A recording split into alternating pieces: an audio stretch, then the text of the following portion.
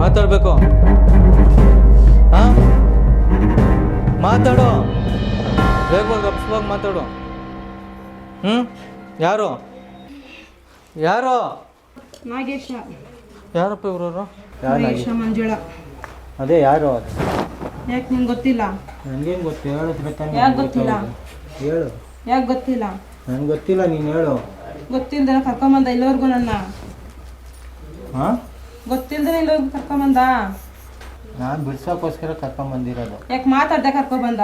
ಹಾಂ, ನನ್ನ ಹತ್ರ ಮಾತಾಡ್ದೆ ಕರ್ಕೊಬಂದ? ಹ್ಞೂ ಹೌದು. ಮಾತಾಡಿಲ್ವ ನನ್ನ ಹತ್ರ? ನಾನು ಮಾತಾಡಿದ್ದೀನಿ ನಿನ್ನ ಹತ್ರ. ಇನ್ನೊಬ್ರು ಯಾರೋ ಅವ್ರವ್ರ ಅಪ್ಪಂತ ಬರ್ಬೇಕು. ಇಚ್ಚೆ ಹಿಡ್ಕ, ಯಾರ್ಯಾರವರು ಬರಬೇಕು. ನೆಕ್ಸ್ಟು ನಾನೇ ಮಂಜುಳಾ. ಹಾಂ, ರಪ್ಸು ಇಷ್ಟನೇ ನಿಂದು?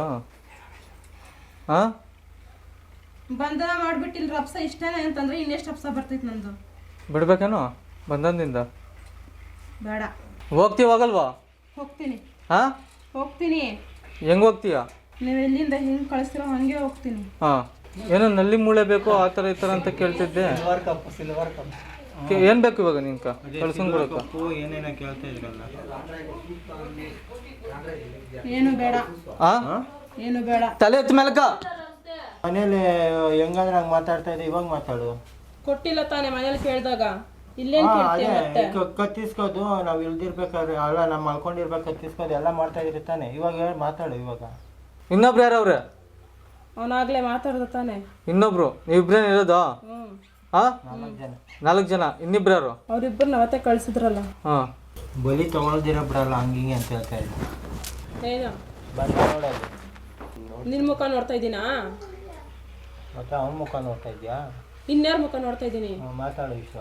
ನಾನು ಯಾರಿಗೂ ಏನು ತೊಂದರೆ ಕೊಡಲ್ಲ. ತೊಂದರೆ ಮಾಡ್ದಿರಾನೆ ಈಗ ಹೋಗ್ತೀನಿ. ಈಗ ಎಷ್ಟು ಹಿಂಸೆ ಮಾಡ್ದೇನೆ ಅವ್ರ ದೇಹಕ್ಕೆ ಬಂದೆ ನೀನು? ತೊಂದರೆ ಕೊಟ್ಟಿದ್ದೆ. ಎಷ್ಟು ಹಿಂಸೆ ಕೊಟ್ಟವ್ರು ಗೊತ್ತಾ ಮನೇಲಿ? ಕೊಡಬಾರ್ದು ಹಿಂಸೆ ಕೊಟ್ಟಿದ್ದಲ್ಲ. ಕೊಡ್ಬಾರ್ದು, ಅದೆಲ್ಲ ಯಾರ ಮೇಲೆ ತೀರ್ಸ್ಕೋಬೇಕು? ನಿನ್ ಮೇಲೆ ತೀರ್ಸ್ಕೋಬೇಕು ತಾನೆ.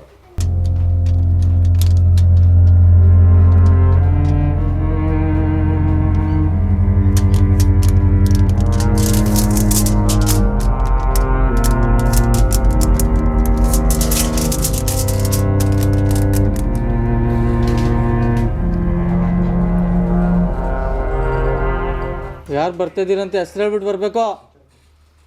ಯಾರಿದು? ನಾನೇ ನಾಗೇಶ. ಹಾಂ, ಬಾ, ವೇಗವಾಗಿ ಬರಬೇಕು. ಬಂದ?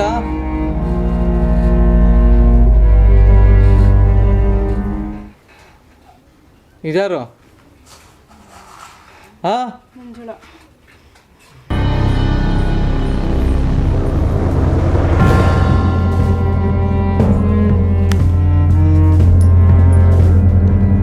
ಹಿಡ್ಕೋ.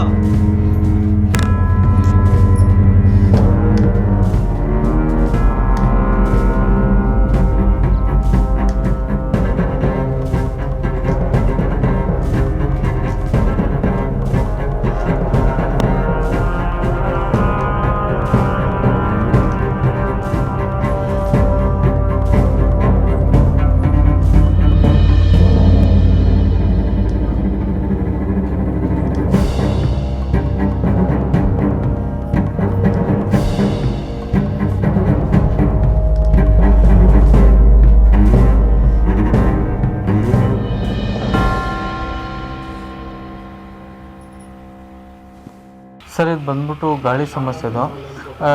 ಇದು ಏನಂದರೆ ತುಂಬ ವರ್ಷಗಳು, ಎಷ್ಟು ವರ್ಷ ಆಯ್ತಮ್ಮ?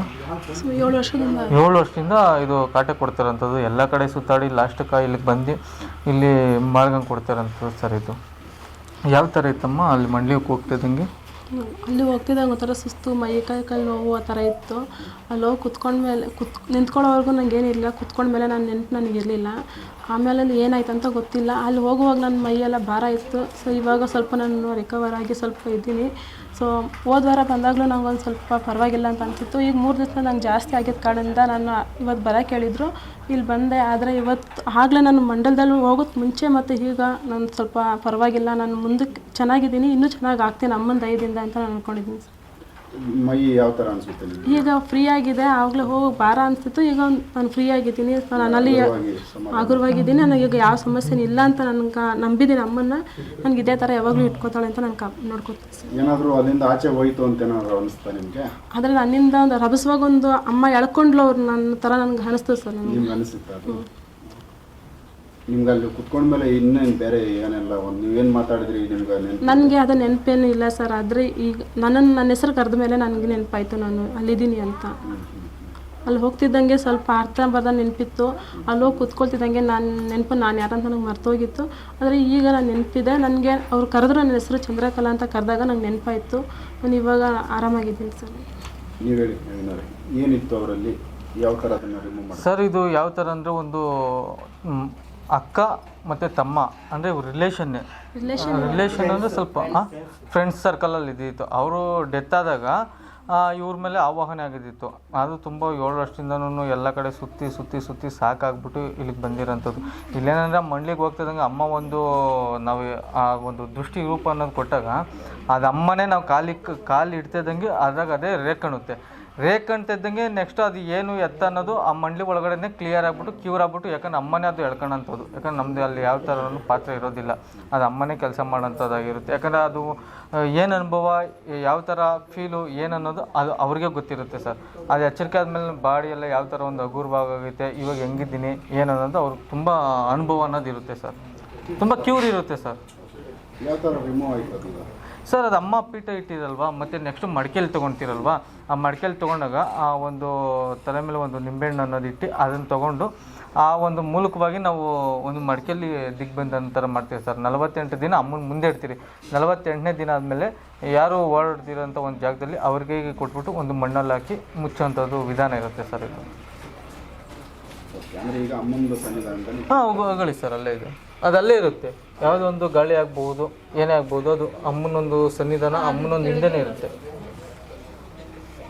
ಇವಾಗ ಇವ್ರದ್ದು ಸಮಸ್ಯೆ ಬಗೆಹರಿತು? ಹೌದು ಸರ್, 200% ಬಗೆಹರಿದಿದೆ ಸರ್. ನಮಸ್ಕಾರ.